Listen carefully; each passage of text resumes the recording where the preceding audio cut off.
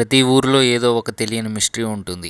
అలాగే మా ఊర్లో కూడా ఒక మిస్టరీ ఉంది. ఆ మిస్టరీ ఏంటో తెలుసుకోవాలంటే ఈ వీడియో మొత్తం చూడండి. అలాగే గుడిపాటిపల్లిలో ఉన్న ప్రతి ఒక్కరూ ఈ వీడియో చూడండి.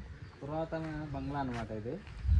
బంగ్లా కాదు, చిన్న సమాధానం కొంతమంది అంటున్నారు, టెంపుల్ అని కొంతమంది అంటున్నారు, శివాలయం అనేసి. అసలు ఎంతకి ఏంటి ఇది, సమాధా లేకపోతే టెంపులా ఏంటని తెలుసుకోవాలంటే ఒకసారి లోపలికి వెళ్ళి మనం మొత్తం ఒకసారి చూద్దాము. పాతకాలం నాటి చిత్రాలు, సినిమా రిలీజ్ అయినప్పుడు పోస్టర్లు రాయడం జరిగింది. ఒకసారి చెక్ చేద్దాము. ఇది చాలా భయంకరంగా ఉంటుంది చూసుకుంటే ఫస్ట్ నుంచి. చిన్నప్పుడు మేము ఇంట్లోకి వెళ్ళాలంటే చాలా భయపడేవాళ్ళం. ఇప్పుడు కొంచెం పెద్ద అయింది కాబట్టి కొంచెం పర్వాలేదు.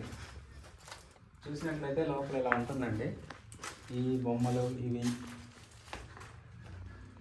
చూడండి. అప్పట్లో దసరా మల్లుడు సినిమా అనుకుంటాను ఇది. దసరా మల్లుడు ఇక్కడ చూసినట్లయితే నాగేశ్వరరావు గారి ఫోటో కూడా ఉంది. అది సీనియర్ ఎన్టీఆర్. ఇక్కడ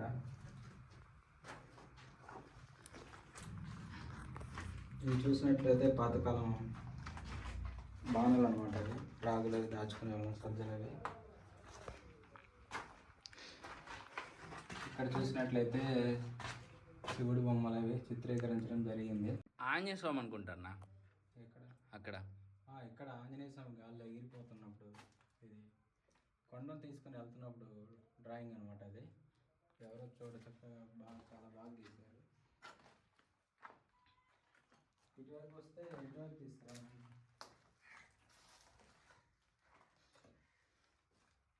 ఇది వచ్చేసి 100 రోజుల పండుగ అనమాట. బుద్ధిమంతుడు సినిమా పేరు. ఓకే, ఇవన్నీ పాత రోజుల్లో 100 డేస్ అంటే సినిమాలు అనమాట.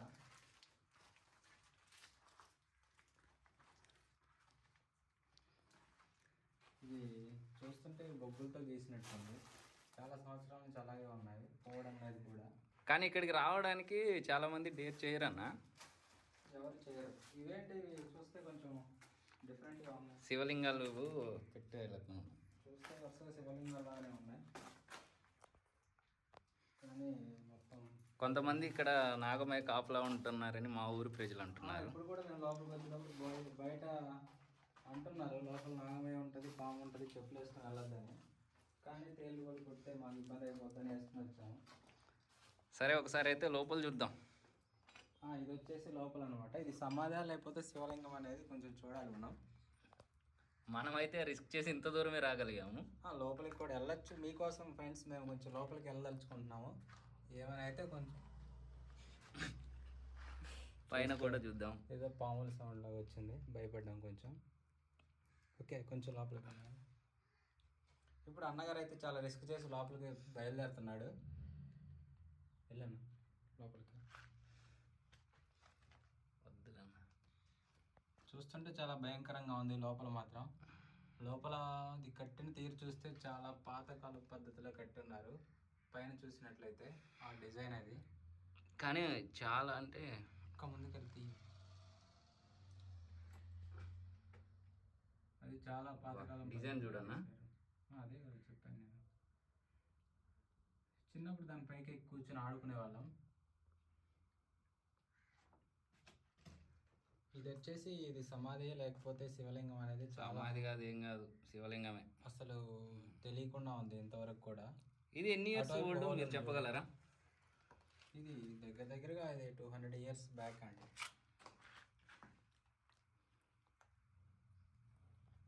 ఓకేనా, అంతవరకు ఓకేనా? చూడండి ఫ్రెండ్స్, ఇది టెంపుల్ అని చెప్పడానికి ఇక్కడ ఒక చిన్న ఆధారం కూడా ఉంది మనకి. పాతకాలం నాటి దీపాలు ఏవో ఉన్నాయి ఇక్కడ. చూస్తే ఇవి దీపాలు లాగానే ఉన్నాయి. ఈ పోనీ లైటింగ్ కోసం ఇలా పెట్టుకునే వాళ్ళు అనుకుంటాను. ఈ షెల్ఫ్లు చూస్తే పాత రోజుల్లో అక్కడ దీపాలు వెలిగించి అక్కడక్కడ పెట్టేసి ఉండేవాళ్ళు అనిపిస్తుంది అక్కడ. ఎందుకంటే మాకు పవర్ అది ఉండేది కాదు కదా ఇంతకుముందు.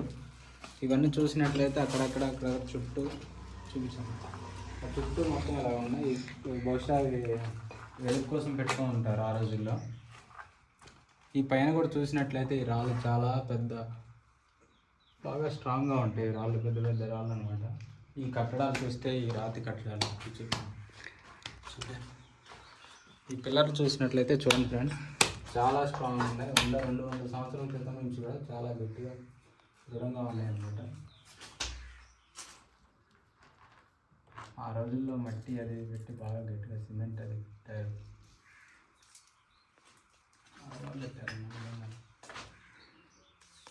నెక్స్ట్ జనరేషన్కి ఇదొక అంత చికెన్ రహస్యం అన్నమాట ఇది. అంత చికెన్ రహస్యమే నిజంగానే. మనకి కాబట్టి తెలుసు, మా పెద్దవాళ్ళు చెప్తే విన్నాం, కానీ ఇంకా మా పిల్లల టైం వచ్చేసరికి వాళ్ళకి ఏంటో కూడా తెలియకపోవచ్చు. అంత ఇంట్రెస్ట్ కూడా చూపించలేదు కనుక్కోవడానికి. ఎవరు ఇక్కడ పిల్లలు రావాలంటే భయపడిపోతున్నారు. కానీ మేము రిస్క్ చేసి వచ్చాము. మేము చాలా రిస్క్ చేసి రావడం జరిగింది. ఇక్కడ చూస్తే చెట్టు వేరు లాగా ఉన్నాయి.